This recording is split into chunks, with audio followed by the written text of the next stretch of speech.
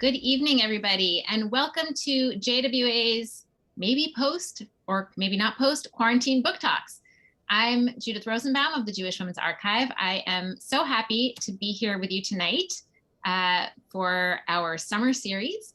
If you're new to JWA and to our quarantine book talks, thank you for joining us. And if you've been with us for many, many months, welcome back. We're always glad to have you with us.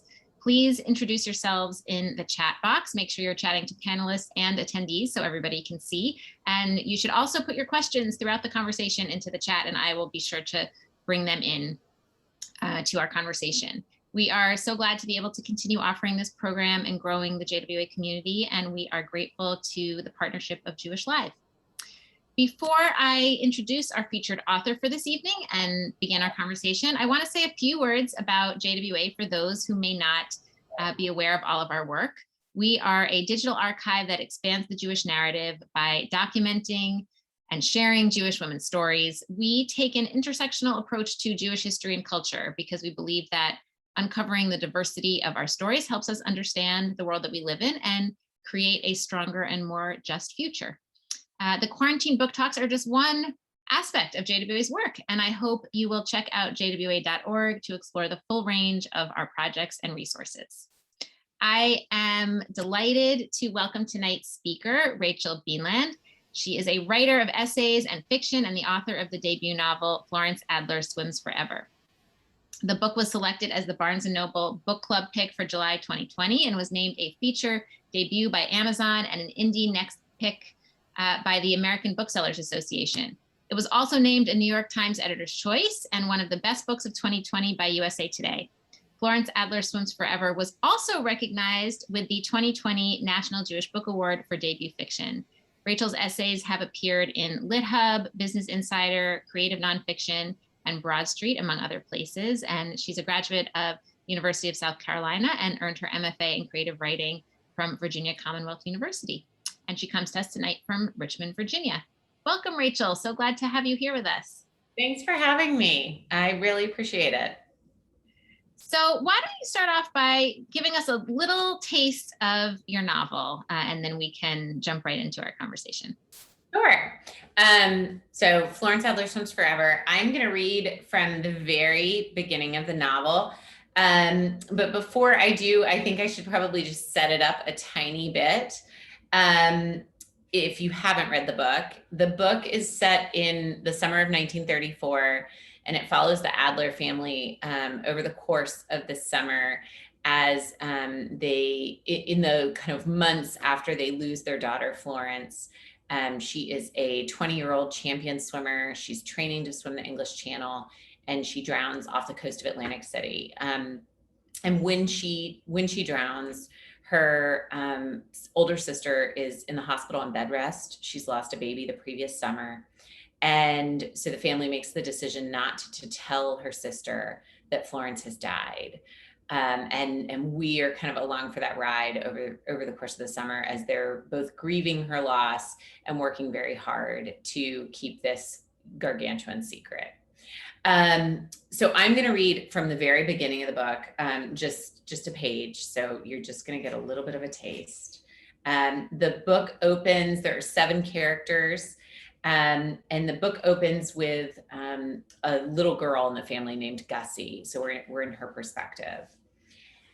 Gussie Feldman didn't enjoy swimming, but she did like to lie on the wet sand in the shadow of Atlantic City's steel pier and wait for the tiniest ripple of a wave to wash over her.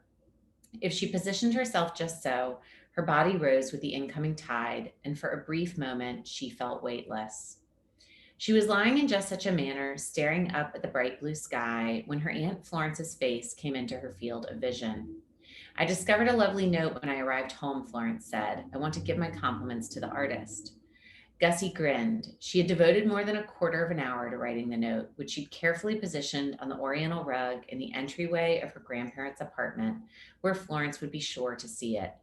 With her colored pencils, she had written in big purple letters, "Dear Florence and Anna, we are at the beach. Come have fun. Love, Gussie." At the last minute, she decided she had not used enough exclamation marks, so she added 3 more after Florence's name, but stopped short of allocating any to Anna. Maybe if her grandparents' house guests noticed she hadn't been awarded any, she'd decide to stay at the apartment. Do you want to be a mermaid? Gussie asked Florence now, hoping to capitalize on her aunt's good mood.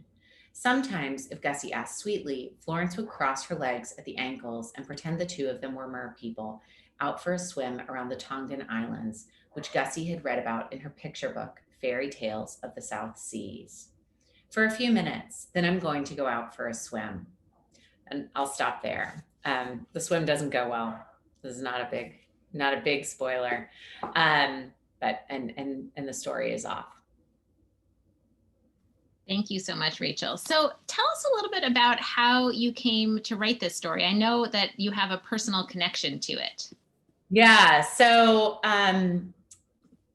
Gussie, this character who you have just gotten to know for the tiniest smidge of time, is actually based on my grandmother. When my grandmother was a little girl, she was on the beach in Atlantic City, which is where she lived, and she witnessed her aunt's body be brought back up onto the beach. You know, she was a champion swimmer and she was training to swim the English Channel. And she drowned off States Avenue in Atlantic City in the year 1929. That summer, my grandmother really was staying with her grandmother. And the reason for that was because her mother was in the hospital on bed rest. She had lost a baby the previous summer and they didn't want to risk, any complications. And so, the family and really this decision was spearheaded by the matriarch, my great-great-grandmother. Her name's Esther in the book. And we'll just stick with character names for the purposes of this discussion because it gets super confusing. But Esther made this decision to keep Florence's death a secret, to not tell my great grandmother who was in the hospital. And the whole family, kind of went in on this secret. When I was growing up, I always knew that I had someone in the family who had drowned. I knew that. My mother was always very careful around the water. There were 4 of us kids. We had to wait an hour after we ate at lunch, before we could get back in the pool. And, I would frequently hear this story as kind of a warning. And it wasn't until I got older, though, that I realized that the women in my family were really, the reason they retold the story as often as they did was not just that this person, Florence Lowenthal, had drowned, but really what they were so interested in all those years later was the fact that they believed Esther must have been such a strong woman to be able to walk into this hospital room and act like everything was fine. What kind of strength they thought that must have taken, to be able to do that. And so I always heard that. And as I got older, I kind of thought about it more and more, okay, we kind of had really put her decision on a pedestal. And I can remember questioning it, in my teens and 20s, like thinking, well, would I have done the same thing? Or was that the right thing to do, to make a decision to keep such a big secret? I mean, the women in my family kind of universally believed it was the right thing to do. But I began to see, as I grew into an adult, the ways that we were kind of using the story to justify keeping secrets in the family still. And, particularly keeping things from my grandparents, like things we didn't want them to have to worry about. And so as I got older, I was in my 30s, I wanted to write a novel. And this was the story that kind of wouldn't leave me alone. I thought it was such a compelling story. And I just thought there was so much moral ambiguity to it, because it wasn't clear to me that Esther had made the right decision. And I wanted the chance to explore it. I mean, there's certainly so much drama there. If I didn't know that it was based on a real story, you'd almost think that it was sort of hard to imagine that it could really unfold that way, because it is so, I know, unbelievable in some sense. We'll get to the end of the book. There's an author's note at the end of the book that kind of explains what's true and not true. And I frequently hear from readers who say, oh my God, I got to the author's note and I've been thinking, wow, this is a really unbelievable premise for a book. And then they're gobsmacked when they realize that there's some truth to it. And first of all, did you always know you wanted to write this story? And when you decided that you were going to write it, did you know you wanted to write it as fiction as opposed to exploring it in a nonfiction, kind of context? I always wanted to write. Like I always have been a giant reader. I've always been writing in some capacity. I had a career in public relations before I quit to, write novels full time. And, the whole reason I ended up in PR was because I like to write. Like, I was always doing something in that realm. And I always had some sort of passion project on the side, that I was writing. So I did know, you could have asked me at a very young age, is this something you enjoy? Or, these kind of bigger questions. And I would have said, absolutely. But no, I didn't know I was going to write this story, for sure not. I wasn't sitting there at 14 thinking, oh, Mom, one day I'm going to get you and I'm going to write this all down. No, I came to that slowly, but I was always fascinated by the story. And so I think that I did ask more questions about the story as I grew up. It's funny, I have a male cousin who is also a writer. And, we would periodically talk about what we were working on. And we were in Atlantic City. This is a few years back. I was working on the novel and getting to kind of the end stages. And we were there scattering our grandparents' ashes. And he's asking me what I'm working on. And I said, I'm fictionalizing the family story about Florence Lowenthal. And he was like, what story? Because he was raised by my uncle, who, for whatever reason, he wasn't as interested in it. So he didn't tell his children it, so it really does depend on like what family you're raised in, who you're raised by, whether you yourself are interested, because not only I was lucky I had my mother telling me the story, but then I was interested enough in it. I asked questions, Mm-hmm. And so I just think that's kind of a fascinating part of, you can all grow up in the same family and have totally different experiences. But about the part of the question about whether to write it as nonfiction, I never had enough information to write it as nonfiction. I had just a sketch, my grandmother, I'd had several conversations with her over the years about the drowning and what happened that summer. But not in detail. It was hard for her to talk about. It was one of her earliest childhood memories, and a really horrific one. She was 6 when her aunt drowned.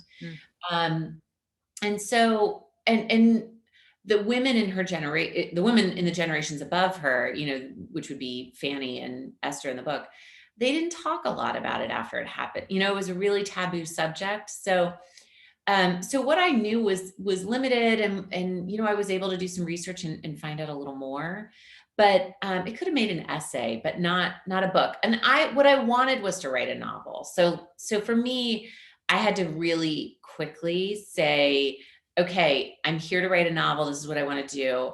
I'm going to take the parts of the story that work for me, but I have permission to change what isn't going to work, or what won't contribute to the novel. Well, you clearly did a ton of research, even if even if you weren't coming up with the kind of, even if you weren't trying to make it the nonfiction depiction, you did a lot of research in the real Atlantic City, and you paint such a vivid picture of Atlantic City, and particularly Jewish Atlantic City in the mid 1930s. Tell us a little bit about what that research process was like and how you went about that. And for folks who are with us in the audience, if you have memories of Atlantic City, feel free to share them in the chat, because I know that some people do remember some of the businesses and scenes that are painted here. Yeah, I always hear, at events like this, it's like very common to hear from someone who says, my grandparents grew up in Atlantic City, or, I used to visit every, summer. So, thank you. If you have comments like that, for anyone who wants to play the name game, because there always are some people who grew up in Atlantic City. My grandparents graduated from Atlantic City High School in the class of 1941. Francis Katz and Walter Hanstein. Those are the names. So as for Atlantic City, I had never spent much time there because my grandparents grew up there. They had a wonderful childhood. They, each of them, they met in elementary school, did not start dating until their 20s, but knew each other going all the way back. They always spoke of Atlantic City very fondly. But they didn't settle there, after they, graduated and went on to college, they didn't come back. So, my mother was born elsewhere. She spent, the 50s and 60s coming to Atlantic City and visiting her grandparents. Both her grandmothers lived in the Warwick, which is a condominium on the boardwalk in Atlantic City. And so she could run between her grandmother's apartments and visit both of them, and go back and forth. So she had a lot of lovely memories, but by the time I was born in the 80s, there was not a reason to return to Atlantic City. My great grandmothers were both gone. So while I had these couple of nuggets, these little stories my grandparents would tell about, various things. First of all, I have the same remorse that I think everyone has when their grandparents die. It's like you wish you had written so much more down. But I really felt like when I was writing this book, I was starting fresh. My grandmother, I'd interviewed her a few times as I was starting to write the book, and she was able to kind of point me in the right direction. Like, oh, we used to swim at the Hygeia, or, Florence was a member of the Ambassador Swim Club, or just like little things to get me going. But overall, I started fresh. And the wonderful thing about Atlantic City is that it's such a well-documented town because it was always a tourist town. So it's got, the postcards are amazing. My grandparents gave me travel guidebooks, going back to the 1870s in Atlantic City. And they're all, it's just such a visual, the documentation is so visual that there was almost never a time when I was describing something or, trying to get a handle on something when I couldn't find like a physical image of the thing. And I'm realizing how wonderful that was now that I'm working on my second book, which is set in a time where, where I don't have that luxury, in a place where I don't have that luxury. And so that was really neat. One of the things I did was I put a big map of Atlantic City from the 20s, blew it up, put it on foam core, and I would stick little pins in it for, hotels and piers and where I had different scenes set. And that was incredibly helpful because it allowed me to kind of navigate these people through the city. And I would know, okay, the beach is on the left and this is on the right and the lifeguard stands up here. And, so stuff like that was helpful. And then I visited Atlantic City. I went to Egg Harbor, to the cemetery where Florence is buried. The archives at the Atlantic County Historical Society and the Atlantic City Public Library were both super helpful. The public library has the lifeguarding archives, the Atlantic City Beach Patrol's archives. And I was able to see the old lifeguard logs from even the summer that Florence drowned. So there was a lot to be found. And absolutely archival research became super important. Yeah, that's amazing. And I can imagine that there were a lot of details that you then, there's so many details that you use and it feels so grounded in the place. And, as you were saying the thing about the map, I was thinking, of course, because you have the characters, walking between places and wandering around and describing what they're seeing. But I imagine there were also a lot of details you had to, that I know from my own historical research, you spend all this time in archives to find things that then don't make it into whatever it is that you're doing. You must have left a lot of details on the True. And specifically relating to Jewish Atlantic City, I was lucky that there were actually some books that had been published on Jewish Atlantic City, and so secondary sources that were super helpful to help me find, what were the Jewish businesses that everyone was going to, because my grandmother had always said that Atlantic City was a really Jewish town, and it took kind of doing all that research to figure that out. So yeah, and I love the setting and how Jewish the setting was. And then also the time is really interesting, 1934, so depression, but also the kind of heyday of Jewish Atlantic City. And it's also an interesting moment for the characters. Of course, we know what's coming. We know the Holocaust is on the horizon, and that's part of the story in terms of Anna's character. But we also know that it will be followed by this period of prosperity for American Jews. And so the young characters have a lot to look forward to, and you can imagine some of them and what their trajectories might have been.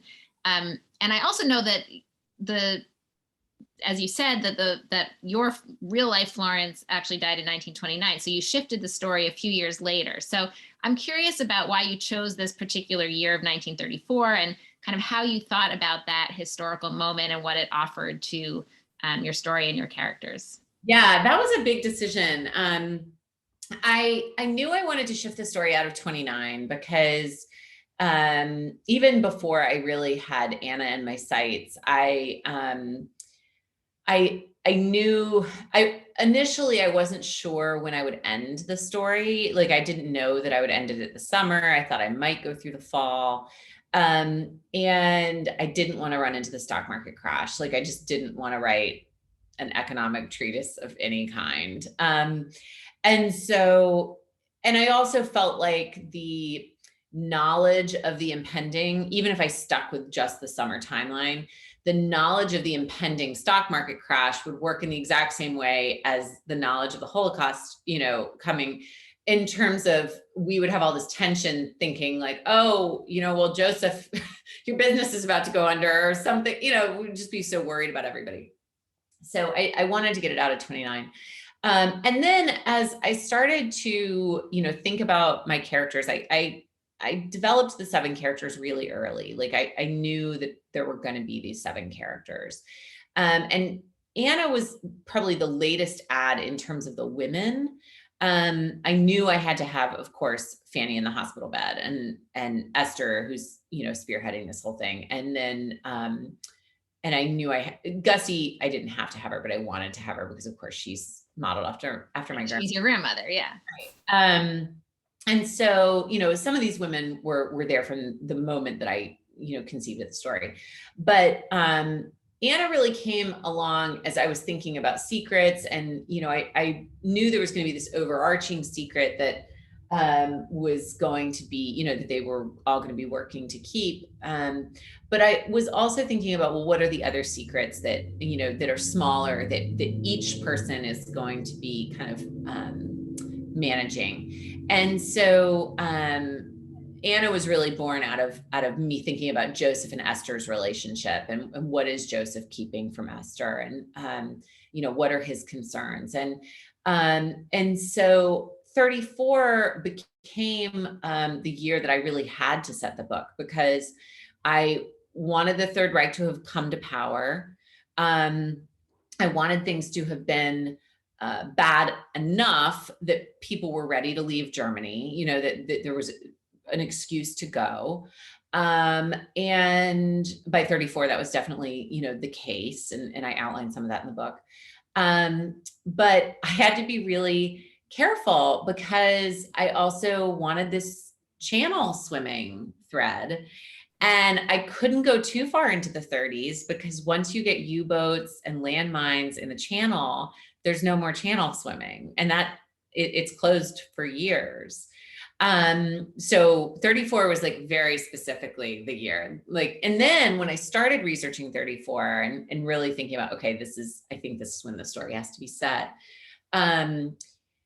It was fun because there were some bonuses, like the Dion quintuplets were born in 34, which was great. I mean, that was just amazing timing for Fanny's storyline. And the Lindbergh trial was that year. And so there were some things that worked out with 34, but yeah, that was the gist of why it had to move. What you say about the impending, Holocaust, I think that is very true for really any book that deals with like Jewish subject matter at all. I mean, I don't think I even set out to this tension with the Holocaust, like the impending Holocaust, when I started writing, but it is very impossible to write a book about a Jewish family set in the 30s in Europe or the United States and not end up like having it be a part of the book. It's like whether you want it to be or not, because the reader knows it's coming. So it's almost like you kind of have to deal with it. And Linda asked in the chat about whether there was a counterpart in your own family that connected to that Holocaust thread in the story. My grandfather's, I call Anna, in the back of the book, and don't skip ahead if you've not read it yet, but in the back of the book, the author's note kind of goes through who's real and who's not. What I say about Anna is I call her a composite character. There were stories in my grandfather's side of the family. They were German Jews. They had come over a little earlier than my grandmother's side. They had a little more money, and they were bringing over some distant cousins. Like my grandfather, when he was in high school, remembered, and this would have been the late 30s, remembered he would share his room, for kind of chunks of time with these cousins who came over. And so I wish I had written more down. Like I don't know much, but I have these couple of anecdotes about, my grandfather being a teenager, and he was very inconvenienced by this at the time, of course, because he did not know what was coming. No one did, of course. And so he thought it was annoying. But of course, the seed, there was a little seed there from your own. Right. I did want to pay tribute to that. Another element of the story that you brought in, and we have a question from Betty about this, is the neonatal unit on the boardwalk that was almost like a curiosity that people could come see babies in incubators. Yeah, it's that crazy. Seems kind of crazy. I know, it's real. It's real. There were two of them. There was one in Atlantic City and one at Coney Island, and they were owned by the same guy, Dr. Cooney. Not sure if he was a real doctor or not. The court's still out on that one. But he had immigrated over from Europe, and he had experienced working with an obstetrician in France, exhibiting incubators, kind of some World's Fair equivalent type situation. And so he came over around the turn of the century, and he knew that incubators were decent ideas. And I think his druthers would have been to like sell them to hospitals and, make money in that way. But hospitals were not buying these things. I mean, there was like a whole paradigm shift that had to happen in our culture and certainly in the medical community to even buy into the idea that it was like a good idea to extend the life of a premature baby, because a common thought at that time was that, if a baby came early, there was maybe something wrong with it. Like it wasn't just that it had come early. It was also that maybe there was a defect or, something that where the baby would not be able to live on its own. So it took him running this sideshow. I mean, you really did pay 25 cents and you could go in and see babies in incubators. But he ran this sideshow and over, the course of, I don't know, 10 or 15 years, someone saying in the comment, he was a real doctor. Okay, good. So he, over the course of time, he started he proved that, that these incubators could work. And so hospitals started buying them. It's just so fascinating and bizarre. Yeah, it's so bizarre, but it is a true piece of American medical history for you. So I want to ask you a little bit about sort of how you decided to tell the story through these rotating perspectives of different characters. I know you said you kind of always knew that there were certain ones that you were going to have. So tell us a little bit about, how you figured out who the people should be and how you got into all of their minds. Well, it's funny, when I first had the idea to write this novel, and I'd been thinking about it, it was 2015, and I went up to Breadloaf to a writing workshop there, and I had Anne Hood, if you've ever read any of her books, she's a wonderful writer, and she's also just like a wonderful human. And I was in this workshop with her, and I was meant to be workshopping something else that I had written, a nonfiction piece. And I wanted to spend all my time talking about this novel idea I had, and I was like, can I write a book from 7 perspectives? Like, is that going to work? And she was a great person to ask, because she was like, yeah, you can do whatever you want. Like, you're fine. Like, just do it. And so that's how early I was thinking about the 7 characters, because that was August of 2015. And I didn't start writing until the fall of 2016. And you knew you wanted 7, or you knew who the 7 were?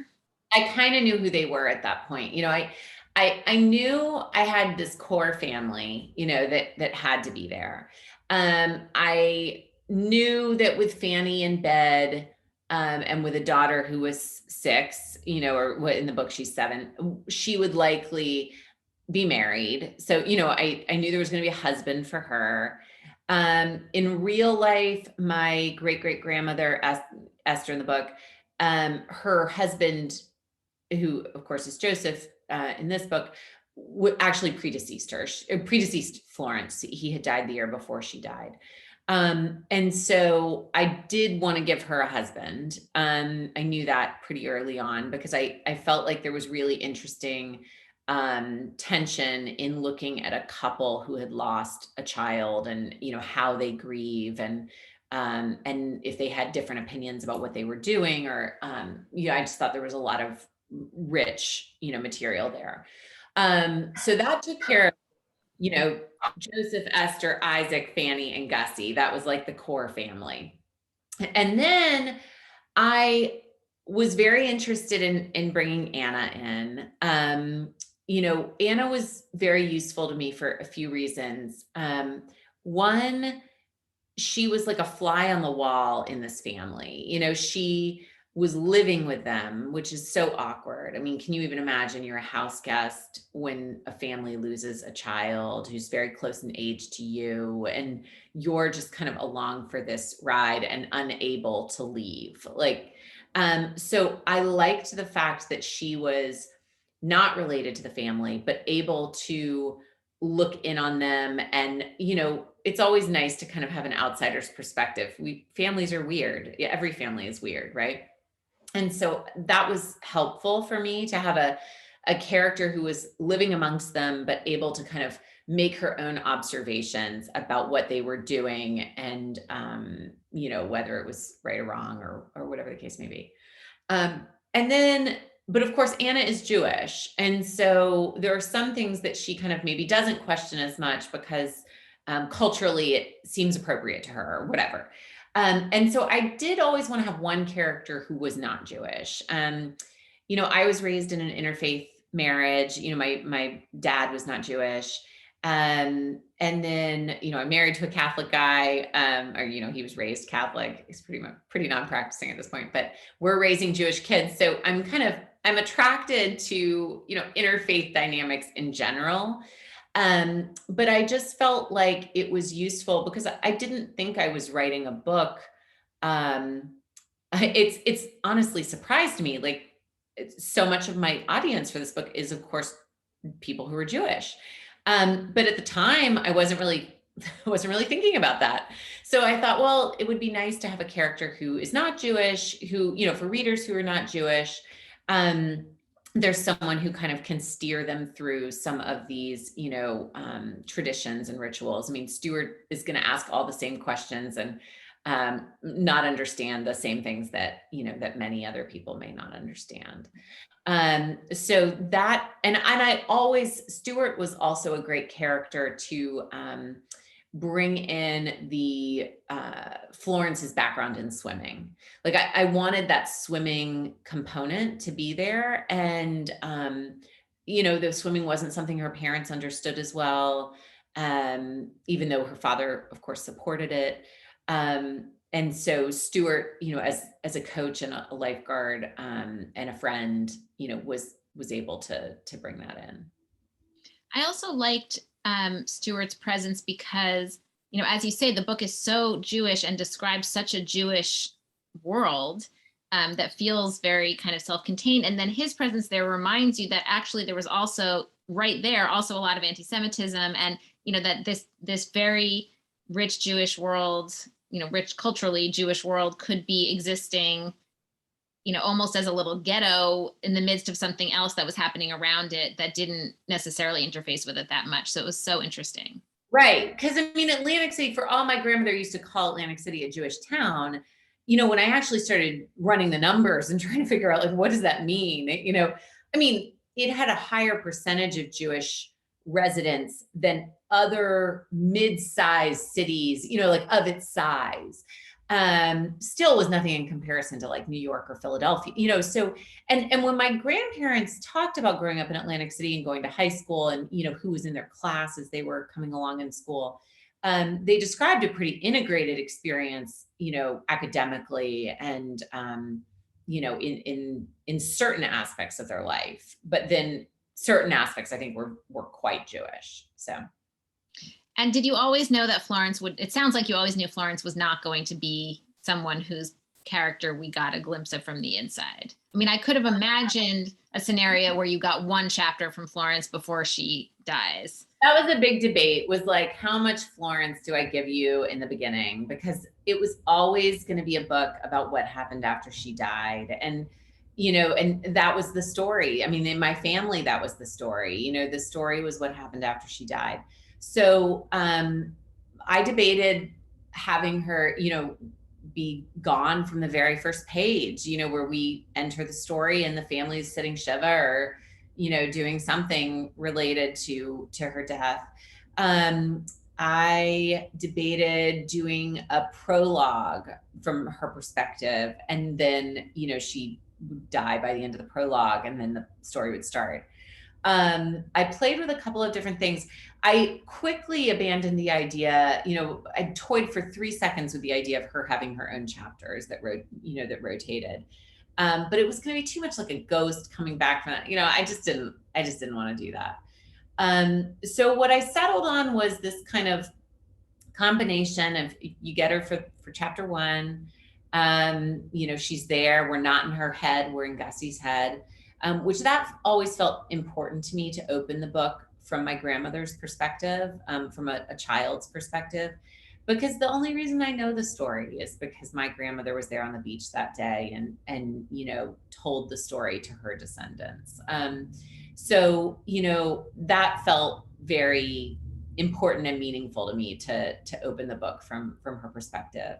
But I did decide, and I had a lot of help in terms of feedback I was in a writing workshop at the time I was starting the book.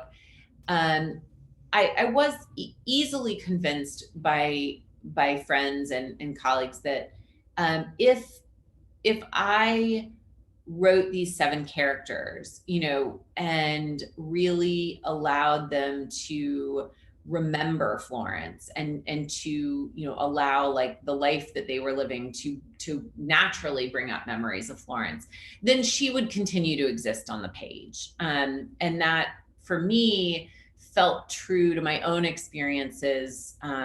Losing my father, he died when I was in my 20s, and I learned that through that experience that the people you love are always with you as long as you're remembering them and talking about them. And so it felt important to me to write characters who were remembering her. And I felt that would allow her to continue to be on the page.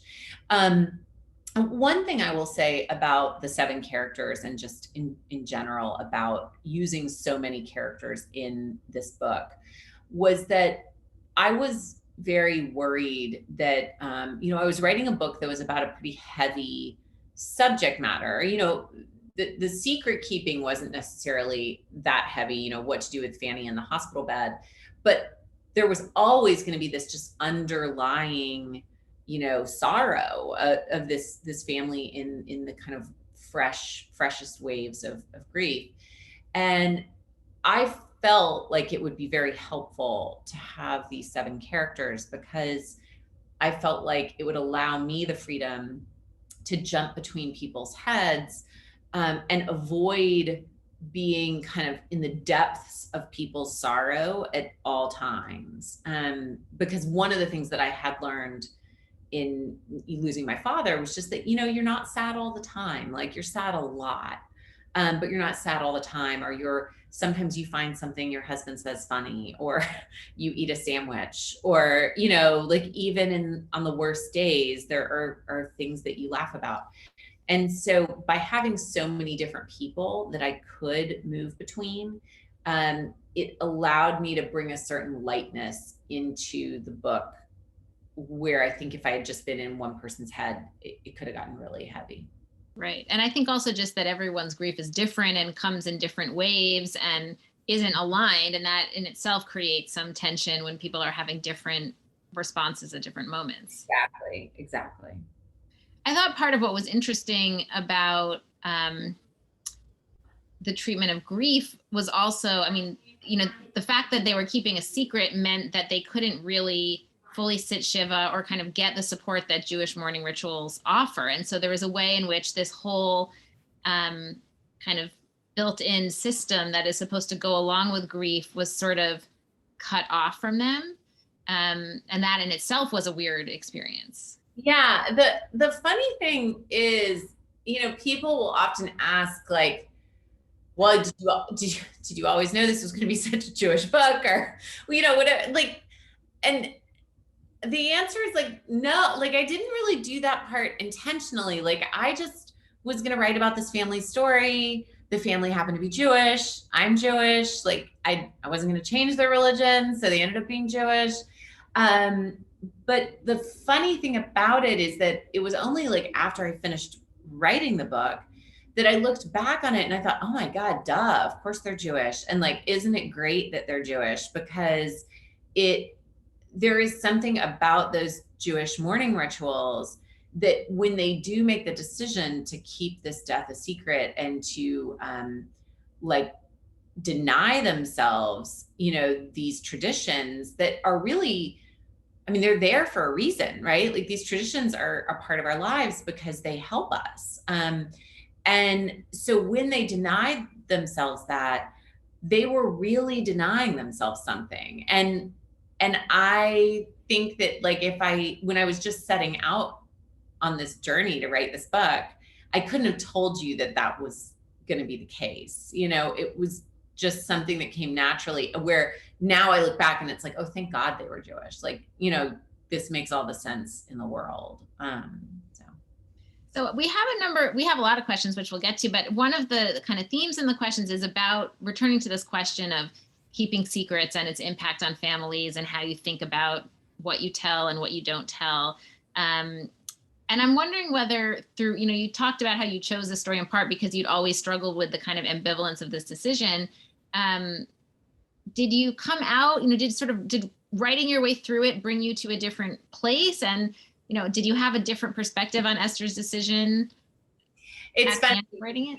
I set out to write the book, and I really thought I was going to like use this novel to prove my mother wrong. Like, this is what every mother loves. Like, I've got 3 kids and I can't wait till they start writing books. So no, I set out to write the book and thought, like, I'm going to do this. I'm going to explore this thoroughly. I'm going to show my mom that the secret keeping is crazy, and really, like, by the time I get to the end, like, I'm going to have figured all this out. And the, of course, hilarious thing is that what novel writing does, and it's the same thing that reading novels does, is it lets you walk in other people's shoes. It allows you to kind of experience the lives of people that you might never have encountered. And that was completely true in the case of me writing this book about my great-great-grandmother, a woman I've never met. By the time I had written Esther's story, and I don't want to give too much away, but by the time I had written her story, I had a lot of sympathy for her. She was a woman who was grieving, like, deeply. It was a different time.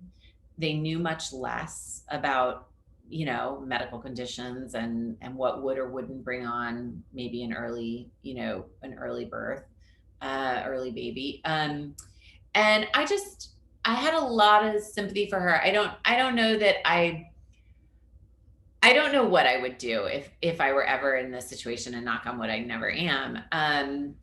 I don't know that I've gone as far, as like my mother and, her siblings, or my grandmother, certainly, who believed like absolutely she made the right decision. But I certainly have a lot more sympathy for her. There was a line in the book, this is not giving anything away, but if you have read the book, in when Joseph goes to Highlands and is talking to Stuart, they're watching a boat go out, and Joseph is kind of justifying the decision to keep the secret, like why he went along with it. And he says, new life is the most important thing. And that line was verbatim a line I took from a conversation I had with my grandmother. And I just, I wanted to give it to Joseph. But so I don't know what I would do. I still don't know. It's murky, right? And I think that's why it makes it a good novel. I mean, hopefully it's why you enjoy reading it.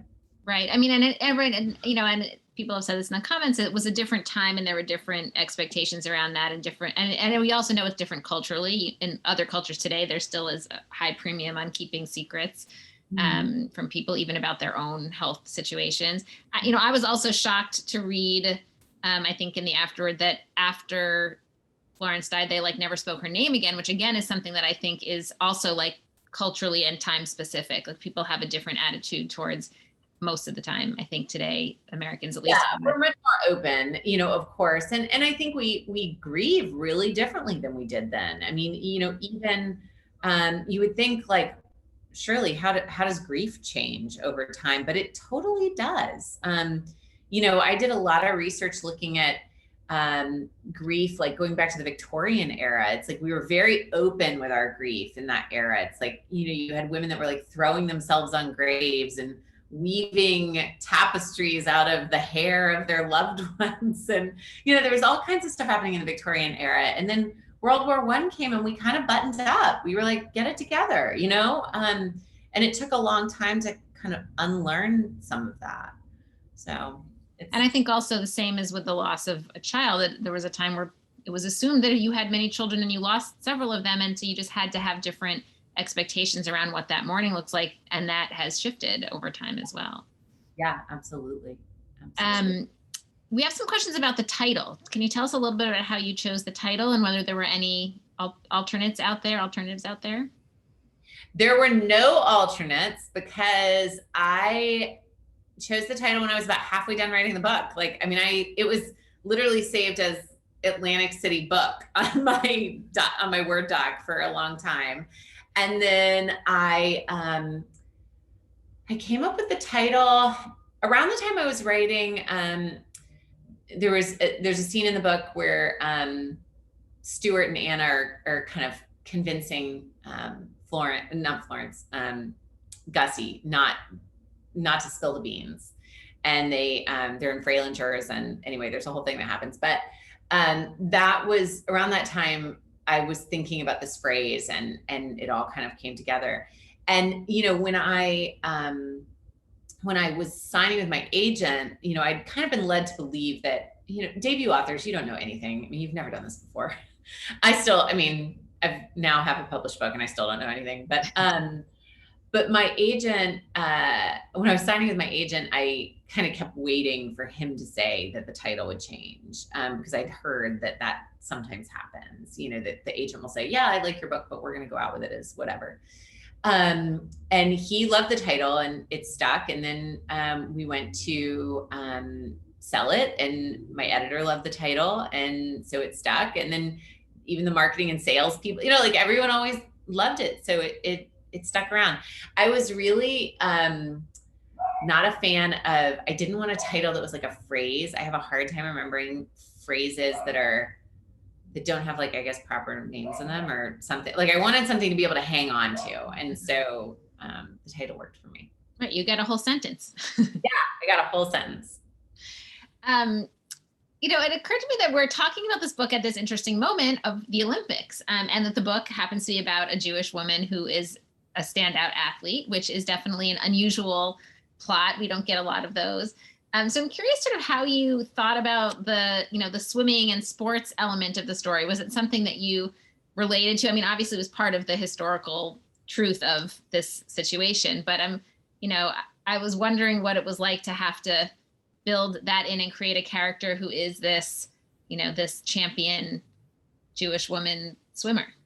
That was some of the earliest research I did, was reading up on channel swimming, and specifically I read a lot on Trudy Utterly, who appears in the book, and was the first woman to swim the English Channel. She was an American woman. She was the first person, period, to get a ticker tape parade in New York City after she swam the English Channel successfully. Her story's fascinating, and was a great model for me as I was kind of thinking about what Florence Lowenthal's life might have been like as she was training. And it was a fascinating time for swimmers. I mean, and specifically for female swimmers, because there were a lot of Americans who couldn't swim at that time. I mean, we were starting to build natatoriums, right, the official term, in cities in the United States so that more people could learn to swim. There were some bad kind of boat accidents and things that had happened where, lots of people died when they didn't need to because they couldn't swim to land, so people were becoming more aware that it was important and needed to happen. But overall, it tended to be men who were taught to swim, and so women were not. And so the Women's Swimming Association comes on board at about this time, and there was just a real emphasis on women's competitions and women's women learning how to swim. So I became really fascinated with that, the whole kind of landscape that Florence was growing up in. And when I realized that Trudy Utterly, I mean, she attempted to swim the Channel in 25, and then she successfully swam it in 26. And I reference this in the book, but basically in 25, her coach tapped her out when she was almost done swimming. And she was almost across the Channel. So she'd been in the water for, 12 hours or something, a long time. And she was furious because she didn't think she should have been tapped out. He felt like she was drowning or needed help. But the problem with channel swimming is the second you're tapped out, you're done. If anyone touches you, you're disqualified. So she needed to wait a whole nother year to swim at that point. And she was just devastated. So she went to the papers. It became a big thing. And so in 26, which is the same year my great aunt was graduating from high school, it was all over the paper. She was going back. She was going to try to swim it successfully again. She had a different coach. And, it was a real example of a woman like standing up for herself. Like, she wasn't going to get bossed around by these guys. And, so I just think it's fascinating that when I realized that was the water, I mean, to use an analogy, like the water that Florence was swimming around in was this like world in which Trudy Utterly was, having this incredible comeback. Like it made a lot more sense. I can kind of envision her character. Right. But it was interesting also that through swimming, she then goes to Wellesley and kind of has an entree into a very different world from her Jewish Atlantic City scene. Yeah. Yeah. And that's so often the case, right? That the athletics can take you in a completely different direction. Yes. My son is actually a very elite hockey player and has taken him in all different directions that I would never have sent him. And as a mom, it just puts you in the car driving around for hours and hours. Yes, many physical, geographical places I never would have gone. Many right. rinks that I've sat in that I would never have gone to. Yep. I often joke as I'm sitting and doing work, I'm like, this may be the first time this Jewish feminist text has ever been read in this, not only in this rink, but possibly in this town. So I know that you're working on another book, and we'd love to hear a little bit about what your next project is, if you're ready to talk about it at all. Yeah. So I'm writing another novel. It's historical fiction. It is set a little earlier than this one. In 1811, so I live in Richmond, Virginia. In 1811, there was a terrible theater fire that happened in Richmond. There were 600 people in the theater, and a prop caught on fire, and 72 people died that night, mostly women. And it was really the biggest catastrophe to ever befall our country at that point. We were only 35 years old, and it was covered, up and down the East Coast, like in all the papers. And it really kind of helped usher in the Second Great Awakening. There was this feeling that Americans had gone away from God, and that and we had, because of course the British had left and taken their God with them. And so there was this idea that Richmonders and really kind of all Americans had forsaken God, and this was like their punishment. And so I'm looking at, it's another aftermath story. I'm following a number of people in the days after this theater fire. And, there are a lot of similarities to Florence Adler, surprisingly enough. I mean, it's another grief narrative. I'm looking at kind of the grief that a whole city is going through, as opposed to just one family. But it's funny, there's a lot of overlap. So. It's interesting also to think about historical tragedies that lead to some other kind of movement, right? I think about like the Triangle Factory fire and how it led to all kinds of changes in labor law and in the labor movement, and thinking, now about something like the condo collapse in Miami, and like what that's teaching us also about the environment and about safety, and how those kinds of tragedies can spark awareness and movements of different kinds. So it's really interesting from a historical perspective too. Yeah. Well, thank you so much for sharing this story with us, Rachel, and for giving us a glimpse into your process and your thinking as you put it together. And thank you to all of you here with us for joining us tonight, for sharing memories and questions and reflections. Lots of comments now about swimming and the Jewish obligation to teach your kids to swim, and how that has become part of education more broadly in America as well.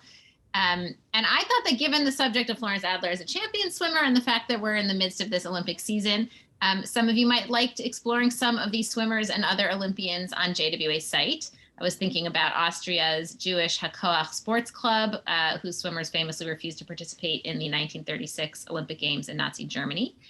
Also thinking of swimmer Dara Torres, or track star Bobby Rosenfeld, judo champion Rusty Kanakogi, who's one of my favorites, and of course gymnast Ali Raceman. There's lots of Jewish Olympians and athletes of various kinds to explore on our site. And while you're there, I hope you'll dig further on jwa.org. We have so much material to discover, help you gain insight into the breadth and diversity of the Jewish story.